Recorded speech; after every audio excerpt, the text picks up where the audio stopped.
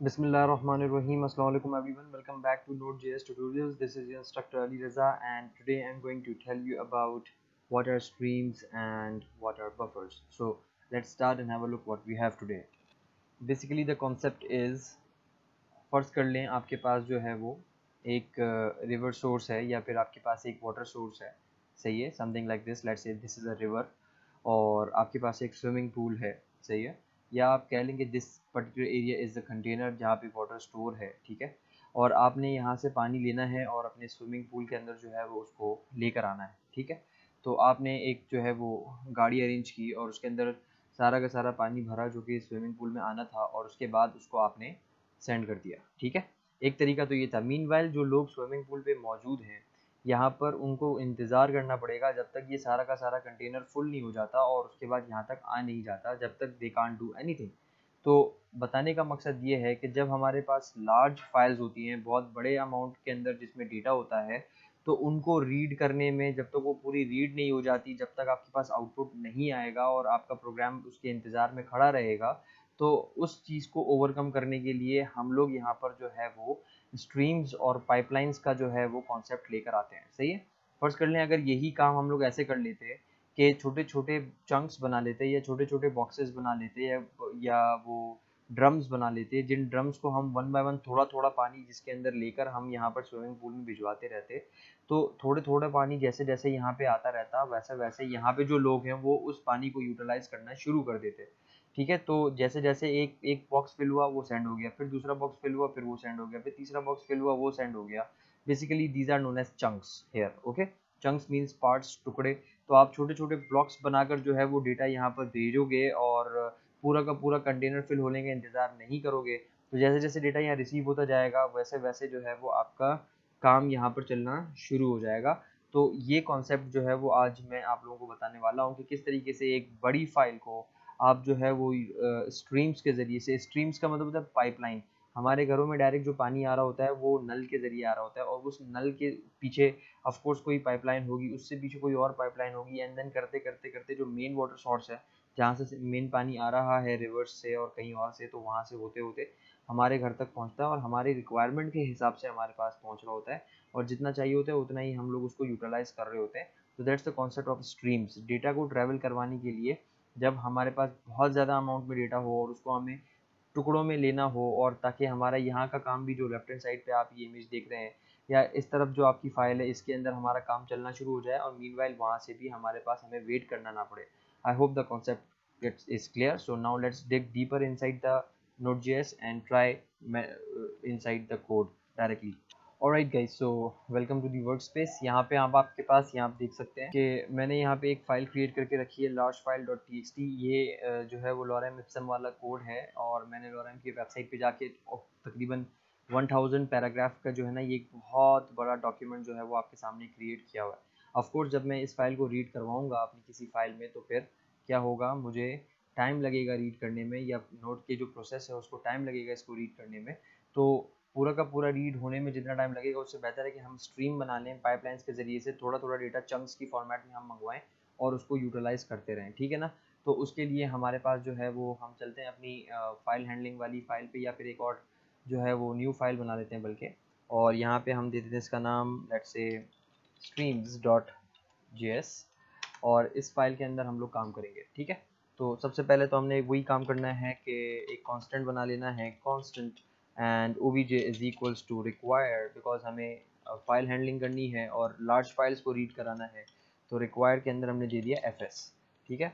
अब यहाँ पे जो सबसे पहला काम हम ये करेंगे कि एक और कांस्टेंट बनाएंगे, और उसका अंदर हम दे देते हैं रीड स्ट्रीम rs। एक मैंने वेरिएबल बनाया rs के नाम से, और उसके बाद मैं यहाँ लिखूँगा fs dot create read stream, okay. सो क्रिएट और रीड और स्ट्रीम, इस तरीके से ये फंक्शन है क्रिएट रीड स्ट्रीम का, और इसके अंदर जो है वो फिर हम लोग काम करेंगे, और वो पैरामीटर जो है यहाँ पर जो हमने देना है, जिस फाइल से हमने रीड करवाना है डेटा, वो फाइल यहाँ पर आएगी, और उस फाइल का नाम है डॉट फॉरवर्ड स्लैश, जो कि मेरी करंट डायरेक्टरी को रिप्रेजेंट कर रहा है, और मेरी फाइल का नाम है large file dot T x T, okay.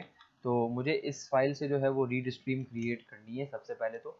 अब दूसरा स्टेप इसमें ये होगा मेरे पास कि इससे मुझे चंक्स को उठाना है, तो मैं यहाँ लिखूँगा rs जो कि मेरी रीड स्ट्रीम है डॉट ऑन।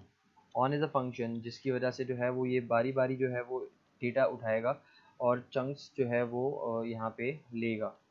तो यहाँ पे हम देंगे data, that's the first attribute कि हमने डेटा उठाना है सारा का सारा। टाइप जो है वो आपके पास, फिर दूसरी जो चीज़ आएगी वो यहाँ पर हमने स्पेसिफाई करना है कि कॉल बैक जो हमारा फंक्शन होगा वो, सो इक्वल्स टू और कर्ली ब्रैकेट्स और एंड में सेमी कॉलन, और यहाँ पे हम जो एक चीज़ स्पेसिफाई करेंगे वो है चंक। चंक बेसिकली जो टुकड़ों में हमारे पास डेटा आएगा उसको हम रीड करवाएंगे, और रीड करवाने के बाद हम उसको कंसोल डॉट लॉग कर लेते हैं। सबसे पहले तो एक मैसेज यहाँ पे प्रिंट करवा देते हैं हम लोग, दैट न्यू चंक, ताकि हमें पता चले कि हमारे पास ये एक नया डेटा है। और उसके बाद उस चंक को हम राइट करवा देते हैं कंसोल डॉट लॉग, और यहाँ पे मेरा जो चंक उठ के आया है, मतलब जो टुकड़ा उठ के आया है मेरी इस स्ट्रीम में से, वो हम लोग जो है वो डिस्प्ले करवा देते हैं। सही है, तो इसको स्टार्ट करते हैं। स्टार्ट करने के लिए हम क्या लिखेंगे, नोड, और उसके बाद लिखेंगे स्ट्रीम्स और एंटर। अच्छा, यहाँ पे उसने मुझे एरर दिया, यस, फाइल हैंडलिंग का मैंने ऑब्जेक्ट बना लिया है, मेरे पास इसका नाम है obj, sorry for that, and save this, that तभी उसकी इंटेलिजेंस नहीं आ रही थी। ओके, सो क्रिएट रीड स्ट्रीम ये आ गया, उसके बाद इसको सेव किया। Let's clear this out and just run the file again. तो आप देख सकते हैं कि चंक्स बने हैं और न्यू चंक, फिर मतलब एक पार्ट आया फिर दूसरा पार्ट आया, लेकिन ये उसी फॉर्मेट में आ रहा है जैसे कि बफर में आया है। ठीक है, तो इसका जो सिंपल सोल्यूशन है वो ये है, एक तो कि आप यहाँ पे डॉट टू स्ट्रिंग लिखें और हर चंक फिर जो है वो वैसे डिस्प्ले होगा। So let's check it out again.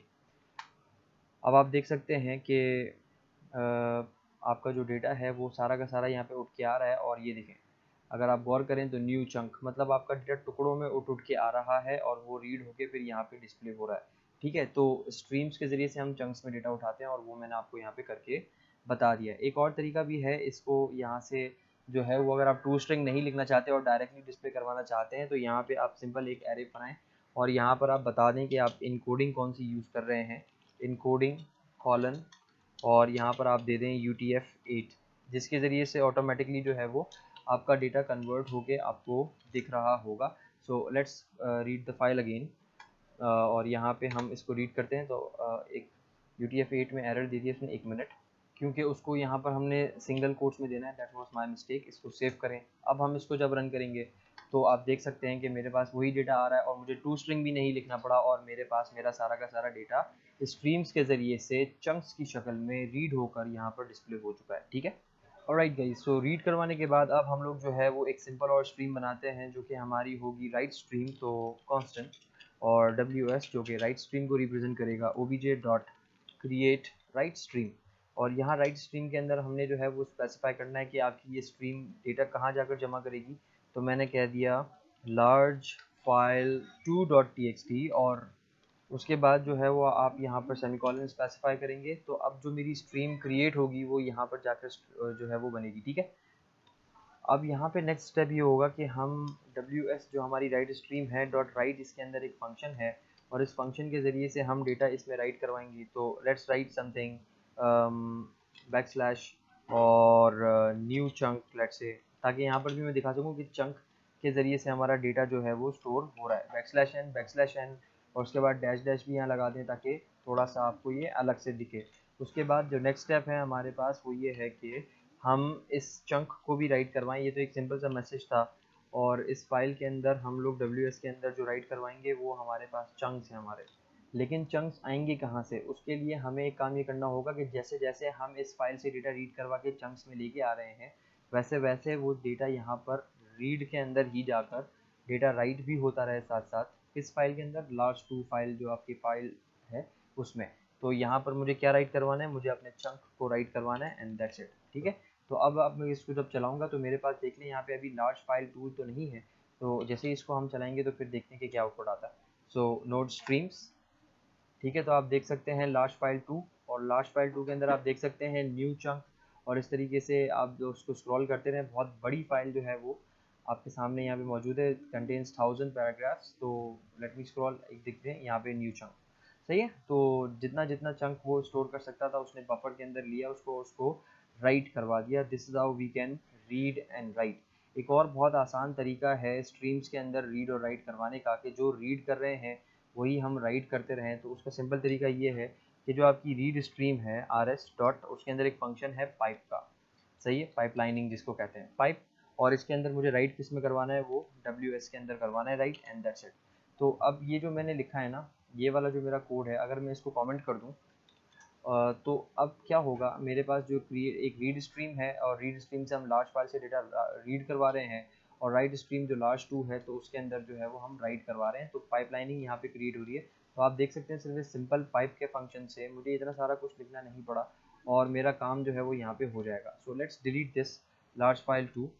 Okay, और अब यहाँ पर इसको हम चलाते हैं और देखते हैं कि आउटपुट क्या आता है। इसको सेव कर लें और सेव करने के बाद यहाँ पे स्ट्रीम्स, तो आप देखें मेरे पास जो है वो लार्ज फाइल टू क्रिएट हो चुकी है, और इसके अंदर जो है वो सारा का सारा वो डेटा जो लार्ज फाइल में था वो लार्ज फाइल टू के अंदर जो है वो उठ के आ चुका है। तो हम इस तरीके से भी जो है वो फाइल को, जो लार्ज फाइल्स होती हैं उनको रीड करवाते हैं via node JS in the form of chunks, ताकि हमारा काम रुके ना और हम जो है वो डिले का सामना ना करना पड़े। ठीक है, so that's all for today. Hope you have learned how to load large files using Node.js with the help of streams and buffers.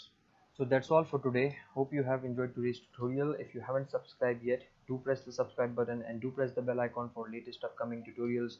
So see you in the next video. Thank you so much. Take care. Allah Hafiz.